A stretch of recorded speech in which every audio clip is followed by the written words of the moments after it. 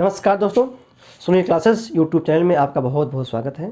साथियों, पिछली कुछ कक्षाओं में हम भारत की नदियों के बारे में पढ़ रहे थे, जिसमें हम पहले जो है हिमालय की नदियों को पढ़े थे। फिर प्रायद्वीपीय भारत में हमने पढ़ा था कि बंगाल की खाड़ी में गिरने वाली कौन कौन सी नदियां हैं।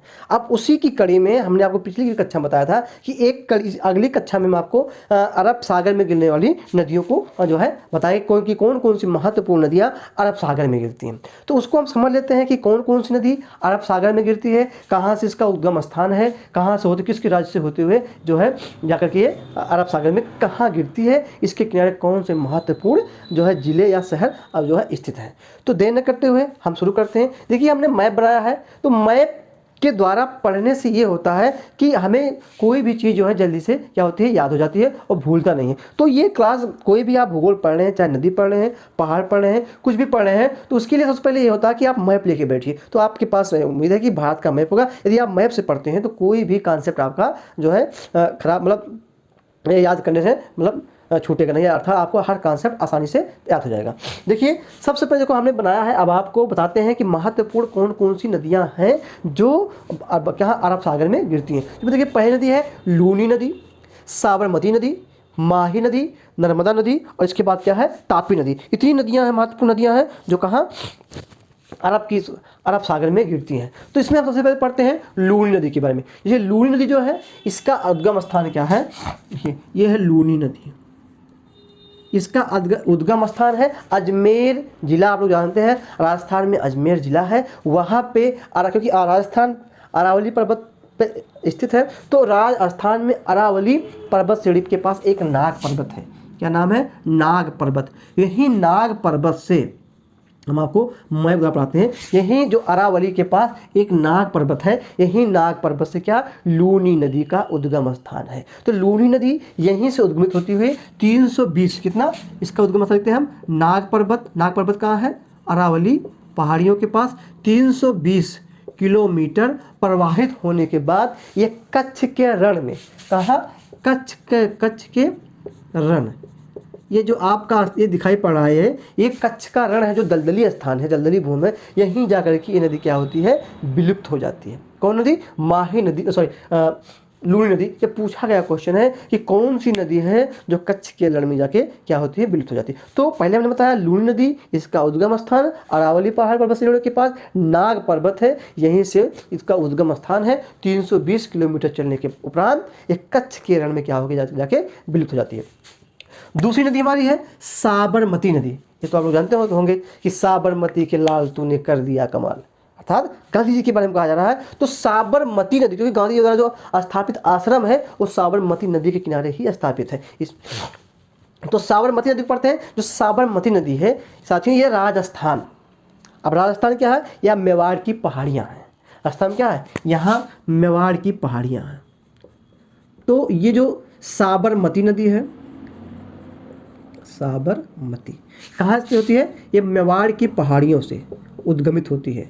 मेवाड़ की पहाड़ी, एकदम हम आपको सरल तरीके से स्पष्ट रूप से पढ़ाएंगे मैप के द्वारा। तो ये जो साबरमती नदी है, मेवाड़ पहाड़ियों से ये निकलती है तथा खंभात की खाड़ी, कहाँ? खंभात की खाड़ी में जाके गिरती है। ये जो आप स्थान देख रहे हैं, ये आपका ये है हमारा खंभात की खाड़ी है। खंभात की खाड़ी, खंभात की खाड़ी में कहाँ से? राजस्थान के मेवाड़ जिले, मेवाड़ पर्वत श्रेणी से निकलती है। 320 कितना? 320 किलोमीटर ये भी नदी 320 किलोमीटर चलने के उपरांत कहाँ जाके खंभात की खाड़ी अर्थात अरब सागर में ये गिर जाती है। और अहमदाबाद, जो अहमदाबाद है इसी नदी के किनारे स्थित है, और जो गांधी जी के द्वारा बनाया गया आश्रम है साबरमती का आश्रम, इसी नदी अर्थात साबरमती नदी के किनारे ही है, जिसे साबरमती का आश्रम कहा जाता है। अगली नदी हमारी है माही नदी। क्या है, जो हमने ग्रीन कलर का दिखाया है, ये माही नदी है। देखिए क्या है, ये माही नदी का उद्गम स्थान जो है ये मेवाड़ मध्य प्रदेश में एक जिला है धार जिला। ये आपका एमपी है। यहाँ पे एक जिला है, यहाँ लिखते हैं मध्य प्रदेश के कौन जिला है, धार जिला। मध्य प्रदेश के धार जिले कौन, जो हम बता रहे हैं माही नदी मध्य प्रदेश के धार जिले के पास विंध्याचल पर्वत श्रेणी, अर्थात इसका स्थान कहाँ है, इसका उद्गम स्थान क्या है, विंध्याचल पर्वत श्रेणी। क्या है, विंध्याचल पर्वत श्रेणी। अब हम इसको आप बता देते हैं, पर्वत श्रेणी इसको हम बता रहे हैं आपको कि ये जो मध्य प्रदेश का धार जिला है वहाँ के पास ही विंध्याचल की पर्वत श्रेणियों से ये निकलती है। कौन नदी, ये आपकी जो है माही नदी। माही नदी विंध्याचल पर्वत श्रेणियों से निकलती है। 553 कितना, 553 किलोमीटर चलने के बाद ये भी क्या होती है, ये नदी खंभात की खाड़ी में जाके क्या होती है, मिल जाती है। और इस अब इसको समझते हैं कि ये किस किस राज्य से होके प्रभावित होती है। तो ये जो साथियों है मध्य प्रदेश, मध्य प्रदेश राज्य, मध्य प्रदेश की निकलती है। राजस्थान, मध्य प्रदेश, राजस्थान तथा गुजरात, गुजरात राज्य में इसका अपवाह क्षेत्र है। कहाँ कहाँ, मध्य प्रदेश से निकलती है विंध्याचल की पर्वत श्रेणियों से, मध्य प्रदेश से होते हुए कहाँ पहुँचती है आपके राजस्थान, राजस्थान का कुछ भाग लेते हुए कहाँ, ये गुजरात के पास खंभात की खाड़ी में जाके मिल जाती है। तो ये 3 नदियाँ हो गई, लूनी नदी, साबरमती नदी, माही नदी। इसके बाद अगली जो नदी है, अगली नदी है नर्मदा नदी।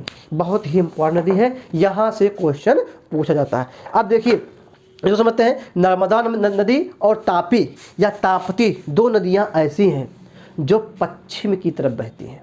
किधर, पूर्व से पश्चिम की तरफ बहती हैं। पूछा जाने वाला क्वेश्चन है कि ऐसी 2 नदियां हैं ये पूर्व से पश्चिम तरफ बहती हैं, तो क्यों बहती हैं। बाकी जितनी नदियां हैं, चाहे प्रायद्वीपीय नदियां हैं, चाहे हमारे हिमालय की नदियां हैं, सभी नदियां जो है पश्चिम से पूर्व की तरफ बहती हैं। क्यों बहती हैं, क्योंकि जो हमारे भारत का जो ढलाव है वो पश्चिम से पूर्व की तरफ है, इसलिए सारी नदियाँ क्या होती हैं, पश्चिम से पूर्व की तरफ बहती हैं। ये 2 नदियाँ, नर्मदा नदी और तापी 2 नदियाँ, यही 2 नदियाँ जो है ये पूर्व से पश्चिम तरफ बहती हैं। क्यों बहती हैं, अभी हम आपको स्पष्ट बताते हैं कि ये 2 नदियाँ आखिर पूर्व से पश्चिम तरफ क्यों बहती हैं। देखिए पहले हम समझते हैं कि नर्मदा नदी का उद्गम स्थान क्या है।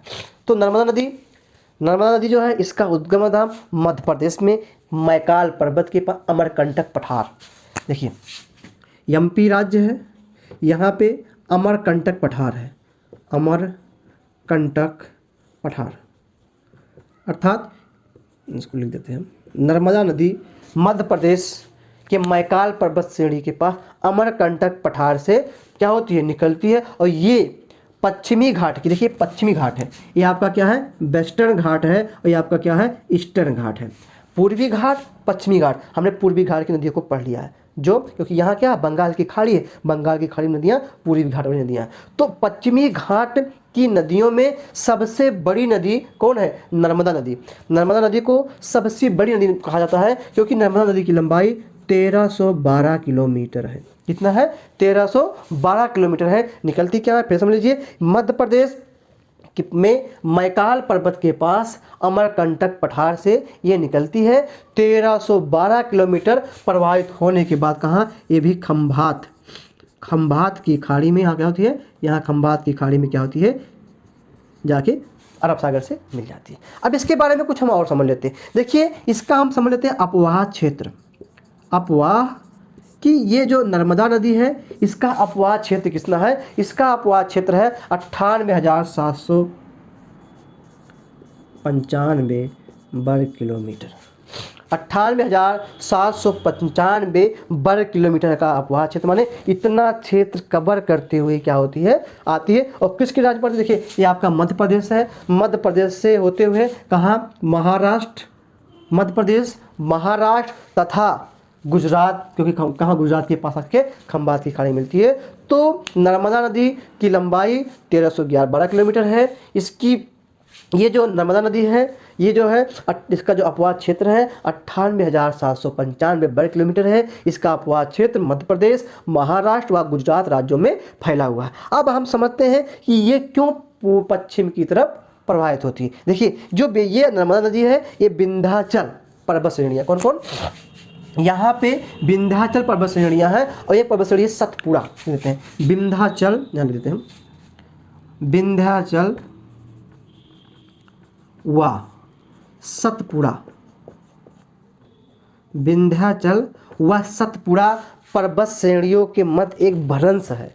भ्रंश है। इस पूरा के क्या है, दो पहाड़ियाँ ऐसे हैं और इसी बीच में क्या, ये जो दबा हुआ स्थान है उसी को भ्रंश कहा जाता है। उसी भ्रंश से होकर क्या होती है, बहती है। कौन, नर्मदा नदी सतपुड़ा पर्वत श्रेणियाँ व विंध्याचल पर्वत श्रेणियों के मध्य जो धसा हुआ स्थान जिसको भ्रंश कहा जाता है उसी के मध्य होकर बहती है। उस भ्रंश का ढाल पूर्व की तरफ ना होकर के किधर, पूर्व से पश्चिम की तरफ है, इसीलिए नर्मदा नदी पश्चिम की तरफ क्या होती है, बहती है। इसके बाद बेड़ा घाट के पास, भेड़ा घाट, भेड़ा घाट ये मध्य प्रदेश में एक जिला है। भेड़ा घाट, भेड़ा घाट के पास ये जो नर्मदा नदी है भ्रंश घाटी से बहती हुई जाती है। भेड़ा घाट के पास संगमरमर के पास जो है पत्थर है उसी के ऊपर क्या होती है, गिरती है। और जब गिरती है तो दूध जैसे लगता है कि दूध गिर, मतलब दूध दिखाई पड़ रहा है, दूध की तरफ से मतलब उसकी जो है रंग हो जाता है, इसीलिए उसे कपिल धारा या धुआंधार क्या कहा जाता है, जलप्रपात कहा जाता है। अब पूछा जाने वाला क्वेश्चन है कि कपिल धारा कभी कभी पूछा जाता है, कभी कभी धुआंधार, कि धुआंधार या कपिल धारा जलप्रपात किस नदी पर स्थित है, तो ये किस नदी पे है, नर्मदा नदी पे है। कहाँ है, भेड़ा घाट के पास। एक चीज़ और समझ लेते हैं, क्या हमने बताया, कपिल धारा, कपिल धारा या इसी को कहते हैं धुआंधार, धुआंधार। इसको हम अलग से आपको पढ़ाएंगे जब भारत के प्रमुख जलप्रपात के बारे में पढ़ाएंगे, तब हम आपको अलग से पढ़ाएंगे कि कपिल धारा या धुआंधार जलप्रपात क्या है। अब इसको समझ लेते हैं, जो कपिल धारा या धुआंधार जलप्रपात है, जब यहाँ भी संगमरमर के पत्थरों पे गिरती है तो एकदम पूरा धुआं की तरह से मतलब दिखाई पड़ता है, इसलिए इसको धुआंधार कहा जाता है। एक चीज़ और सुनते हैं, इसकी जो ऊंचाई है अर्थात 23 मीटर ऊंची से गिरती है। इससे गिरती है, मान लीजिए ये पहाड़ है, ये बह रही है, इसके बाद यहीं से इसे गिरती है, इसके बाद यहाँ नौकागम है, तो ये जो जलप्रपात है इसी को कहा जाता है धुआंधार। इसकी जो ऊंचाई है 13 मीटर है। क्या है, 13 मीटर है। इसके निचले भाग में नौकागम किया जा सकता है। अब इसके बाद इसकी जो महत्वपूर्ण सहायक नदियाँ हैं, दूधी, हिरनी जो है, तवा आदि इसकी जो महत्वपूर्ण सहायक नदियाँ हैं। इसके बाद अगली जो नदी हमारी है तापी नदी, या इसी को हम ताप्ती नदी भी कहते हैं। देखिए हमने आपको बताया नर्मदा नदी किस तरह तापी नदी भी पश्चिम की तरफ प्रवाहित होती है। क्यों, क्योंकि ये भी भ्रंश घाटी में बहती है। जिस प्रकार से नर्मदा नदी विंध्याचल पर्वत श्रेणी व सतपुड़ा पर्वत श्रेणियों के मध्य बहती है, उसी प्रकार जो ताप्ती नदी सतपुड़ा पर्वत श्रेणियां व अजंता पर्वत श्रेणियों के मध्य ये भी भ्रंश में बहती है। इसके पढ़ते हैं हमें कहाँ से निकलती है। देखिए ताप्ती जो नदी है, ये नदी मध्य प्रदेश का एक जिला है बैतूल जिला। क्या है, बैतूल जिला, मध्य प्रदेश का बैतूल जिले के पास गुलताई नामक स्थान। कहाँ, गुलताई, ये जो स्थान है इसका नाम है गुलताई। मध्य प्रदेश के बैतूल जिले पे में एक स्थान है गुलताई नामक जहाँ से क्या होती है, इसका उद्गम स्थान है। और यहाँ पे क्या है, गुलताई नामक स्थान के मध्य में क्या है, सतपुड़ा की पहाड़ियाँ हैं। और सतपुड़ा की पहाड़ियाँ हैं या श्रेणियाँ हैं, यहाँ से 724 किलोमीटर, कितना, 724 किलोमीटर प्रवाहित होने के बाद पश्चिम की तरफ प्रवाहित होने के बाद कहाँ जो है एक खंभात की खाड़ी में जाकर के मिल जाती है। आप समझते हैं ये नदी क्यों पश्चिम की तरफ बहती है। ये नदी पश्चिम की तरफ इसलिए बहती है क्योंकि ये भी नदी, हमने क्या बताया, सतपुड़ा व अजंता दो पर्वत श्रेणियों के बीच भ्रंश में होकर बहती है। इसी और हमने बताया कि जो सतपुड़ा व विंध्याचल पर्वत श्रेणियों का जो ढलान है वो पश्चिम की तरफ है, उसी प्रकार सतपुड़ा व अजंता पर्वत श्रेणियों का जो ढलान है वो कुछ पश्चिम की तरफ है, क्योंकि ये इसी के भ्रंश में होकर बहती है, इसीलिए ये नदी क्या होती है, पश्चिम की तरफ। कौन, दो ही नदी भारत की हैं जो है नर्मदा नदी व ताप्ती नदियाँ दोनों पश्चिम की तरफ बहती हैं। तो ये बैतूल जिले के पास गुलताई नामक स्थान पे सतपुड़ा पर्वत श्रेणियों से इसका उद्गम स्थान है। 724 किलोमीटर चलने के उपरांत एक खंभात की खाड़ी में जाकर के मिल जाती है। इसका भी जो है कहाँ किस राज्य में इसका अपवाद क्षेत्र है, तो मध्य प्रदेश हो गया, इसका महाराष्ट्र हो गया, और क्या हो गया, गुजरात। कौन कौन, एमपी, महाराष्ट्र व गुजरात, 3 राज्यों में होते हुए क्या होती है, बहती है और खंभात की खाड़ी में मिल जाती है। इसकी एक महत्वपूर्ण नदी है पूर्णा नदी। क्या है, पूर्णा नदी। और जो सूरत अहमदाबाद का जो जिले शहर है सूरत, इसी नदी के किनारे स्थित है। तो ये नदियाँ प्रायद्वीपीय नदियाँ, पश्चिमी घाट की नदियाँ पढ़ा, जिसमें हमने लूनी, साबरमती, माही, नर्मदा, ताप्ती, 5 नदियाँ हमने महत्वपूर्ण नदियों के बारे में पढ़ा। इसके पहले हमने पूर्वी घाट की नदियाँ अर्थात बंगाल की खाड़ी की नदियों के बारे में पढ़ा था। तो इस प्रकार भारत की महत्वपूर्ण नदियाँ को हमने कवर कर दिया। अब अगली जो क्लास होगी वो झील की होगी या जलप्रपात की होगी। झील जलप्रपात की होगी। इसके बाद फिर पढ़ाएंगे आपको दर्रों के बारे में पढ़ाएंगे कि कौन कौन से दर्रा भारत में, कौन कौन सा दर्रा कहाँ है, क्योंकि दर्रों से और झीलों से क्वेश्चन पूछा जाता है। तो आई होप डेट आपको नदी वाला को जो है नदी वाला टॉपिक आपको समझ में आ गया होगा। इसके पहले 2 क्लास हैं, नदी की 3 क्लास हैं। पहली क्लास क्या है? गंगा नदी तंत्र, दूसरा है ब्रह्मपुत्र नदी तंत्र, तीसरा आपका क्या है जो है सिंधु नदी तंत्र। इसके बाद प्रायद्वीपीय में पूर्वी घाट की नदियाँ, इसका लिंक आपको डिस्क्रिप्शन में मिल जाएगा। उस नदी को आप, उस क्लास को अवश्य आप देख लीजिएगा, ये आपके लिए बहुत ही महत्वपूर्ण है। इस क्लास के अलावा आपको और कुछ पढ़ने की आवश्यकता नहीं पड़ेगी। किसी भी परीक्षा में आपको यहाँ से प्रश्न मिल जाएंगे, आपको और कहीं भटकने की आवश्यकता नहीं होगी। बस आप जो भी भूगोल का जो भी टॉपिक पढ़िए उसको आप मैप की तरह पढ़िए। ये हमने इसलिए आपको मैप द्वारा बताया कि कौन सी नदी कहाँ से होती है और कुछ होते हुए बहती है। आज के लिए इतना ही, अगली क्लास में फिर मैं आपके साथ उपस्थित रहूंगा। तब तक बहुत बहुत धन्यवाद।